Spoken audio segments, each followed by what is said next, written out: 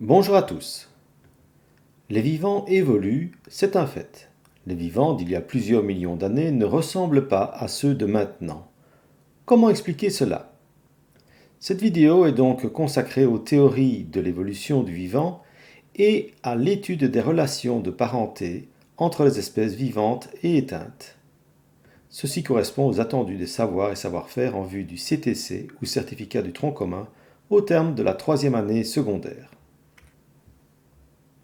Afin d'expliquer déjà la disparition massive de vivants au cours de l'histoire de la Terre, revoyons la structure de cette dernière. La Terre est constituée au centre d'un noyau terrestre et, plus en périphérie, d'un manteau terrestre. Très important aussi, la lithosphère, qui est elle-même constituée de la croûte et d'une partie du manteau, partie solide, l'ensemble étant constitué de plaques tectoniques. Donc, la périphérie de la Terre est constituée de plaques et ces plaques sont en mouvement les unes par rapport aux autres, on en parlera plus loin. La partie inférieure du manteau supérieur est moins solide et c'est de là que provient le magma visqueux qui, en se mettant en fusion, remonte dans les volcans. Nous disions que les plaques tectoniques sont en mouvement. Elles bougent de quelques centimètres par an, certaines se rapprochent, d'autres s'éloignent, d'autres encore glissent par rapport à d'autres. Bref, d'abord, on peut comprendre que ces mouvements peuvent créer des séismes, c'est-à-dire des tremblements de terre. Ces séismes libèrent une quantité phénoménale d'énergie, capable de détruire et même de refaire de nouveaux paysages en créant des failles, des fosses ou même petit à petit des montagnes. Tout ceci est donc lié à une activité sismique régulière. De même, les mouvements des plaques contribuent à façonner les volcans qui, lorsque les matières sont sous pression en dessous des plaques tectoniques, se mettent en fusion et sortent de terre. On peut aussi être convaincu donc qu'à la fois l'activité volcanique et l'activité sismique, en même temps, façonnent le paysage, créent des vallées, des montagnes, ainsi de suite. On peut aussi être convaincu que ces mécanismes de mouvement de la croûte terrestre et de volcans peuvent expliquer la disparition d'espèces vivantes. C'est ce qui s'est passé sur Terre il y a environ 250 millions d'années, où on estime que 90% des espèces marines sont disparues, ainsi que 70% des vertébrés terrestres. D'autres hypothèses, comme une dégradation de l'environnement ou l'impact de météorites, pouvaient aussi expliquer cette extinction massive d'espèces vivantes. Charles Darwin était un naturaliste et paléontologue britannique. Il s'est très intéressé à l'évolution des différentes espèces vivantes. Il a développé une théorie qui fait fortement unanimité pour l'instant et pour expliquer pourquoi les vivants évoluent au fil des époques. Sa théorie s'est basée notamment sur l'observation de pinsons sur les îles Galapagos en Amérique du Sud. Il remarqua différentes espèces de ces pinsons en fonction des différentes îles et les différences étaient surtout du domaine de la taille et de la forme du bec. Or, pour le reste, ils étaient très semblables. Il a expliqué ces différences par le fait que les ressources alimentaires étaient différentes d'une île à l'autre, et donc que les régimes alimentaires étaient différents, et que leur corps s'est progressivement adapté aux ressources alimentaires de l'île sur laquelle ils se trouvaient. Il prétendait que tous ces pinsons avaient un ancêtre commun, mais que petit à petit, au fil des générations, ils se sont différenciés en fonction de leur habitat. Il a jeté ainsi les bases de la théorie de la sélection naturelle, que voici. D'abord, au sein d'une même espèce, il y a des variations de caractère. Par exemple, chez l'homme, la couleur de la peau, des yeux. Chez la girafe, la taille, la longueur du cou, par exemple. Puis, puisqu'il y a différents caractères au sein d'une même espèce, il y a ceux qui sont plus avantagés pour se reproduire.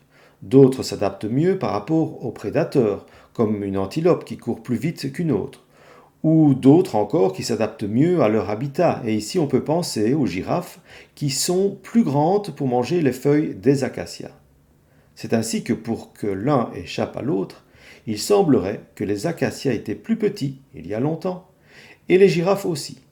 Mais pour échapper à la girafe, l'acacia grandit au fil du temps et en conséquence, la girafe aussi, pour pouvoir s'adapter et se nourrir et c'est pourquoi elle a développé un long cou.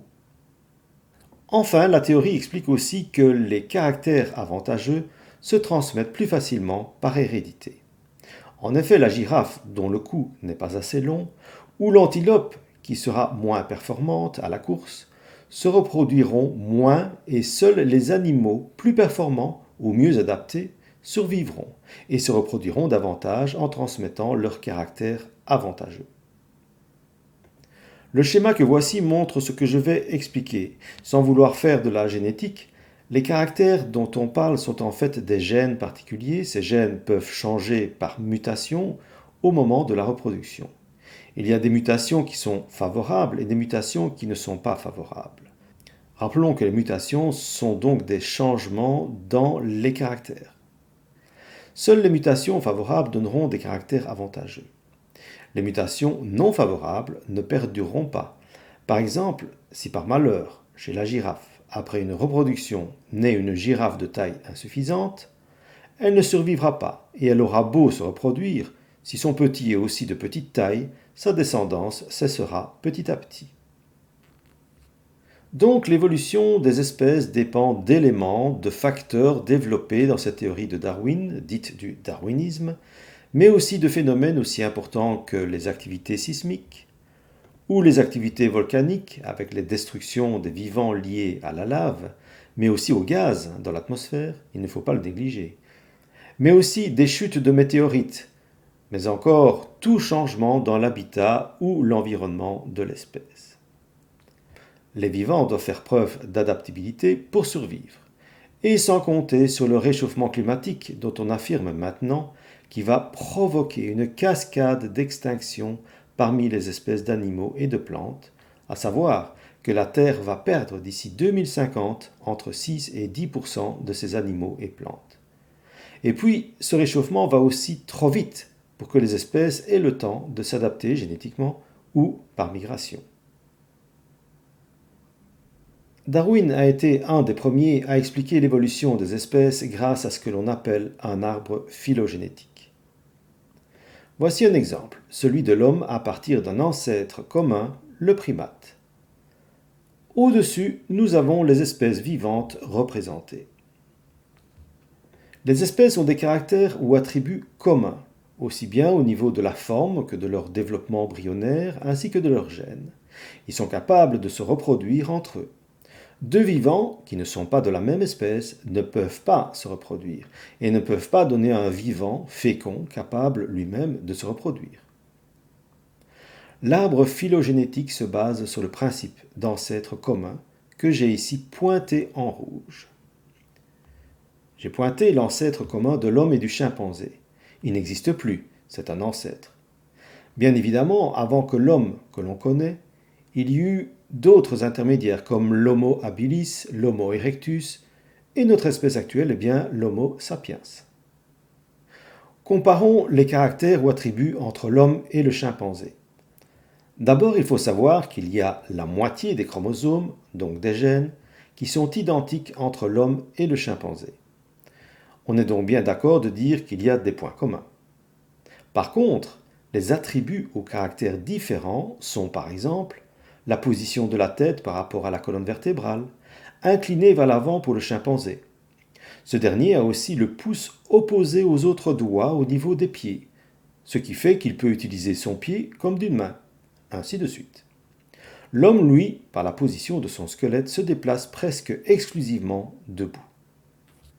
Si je remonte les embranchements, j'obtiens des ancêtres de plus en plus anciens, jusqu'à l'ancêtre commun entre les anthropoïdes, dont fait partie l'homme, et les prosimiens, dont voici un exemple, le lémur kata de Madagascar.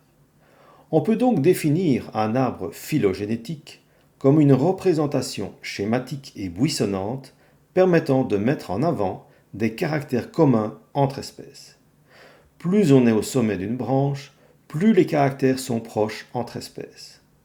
Plus on s'éloigne du sommet, plus les caractères sont éloignés.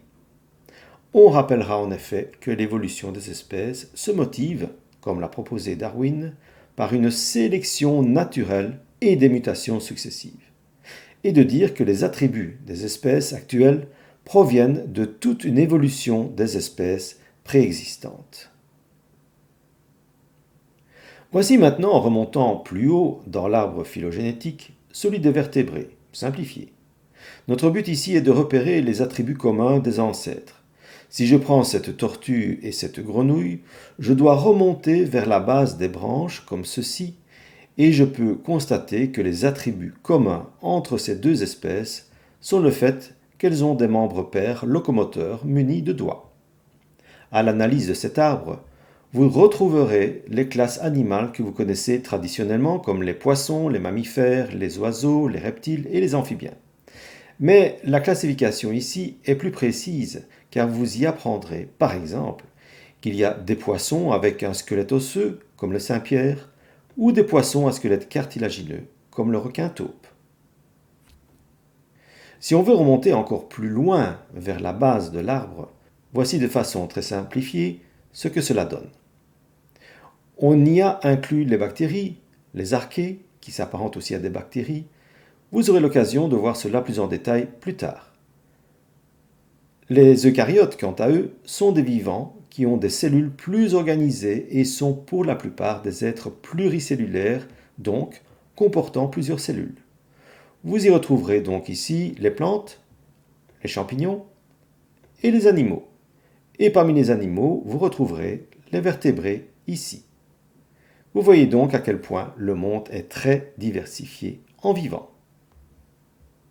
La théorie de l'évolution des espèces permet aussi d'expliquer pourquoi les baleines sont des mammifères. Avant leur vie aquatique, elles avaient une vie terrestre et leurs ancêtres vivaient sur Terre. Et petit à petit, se sont intéressés aux ressources alimentaires présentes dans l'eau. Et donc, petit à petit, leurs caractères sont devenus de plus en plus avantageux pour vivre dans l'eau.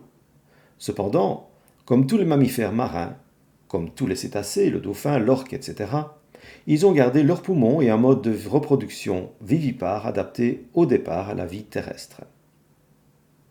Et puis, aussi surprenant que cela puisse paraître, les oiseaux étaient au départ des petits dinosaures théropodes munis de plumes et sachant voler, et sont probablement apparus il y a plus de 140 millions d'années.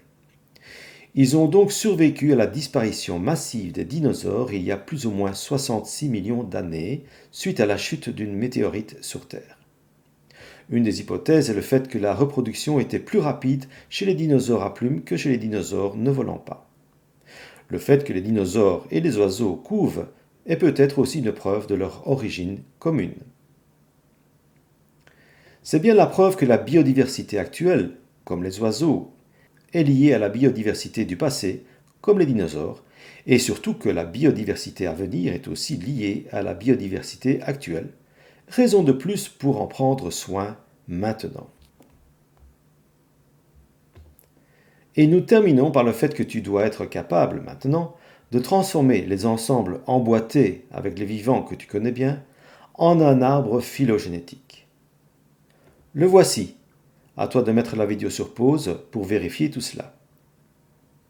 Voilà, tu en sais maintenant plus sur l'évolution des espèces vivantes, sur la sélection naturelle et sur l'arbre phylogénétique. À très bientôt pour une nouvelle vidéo.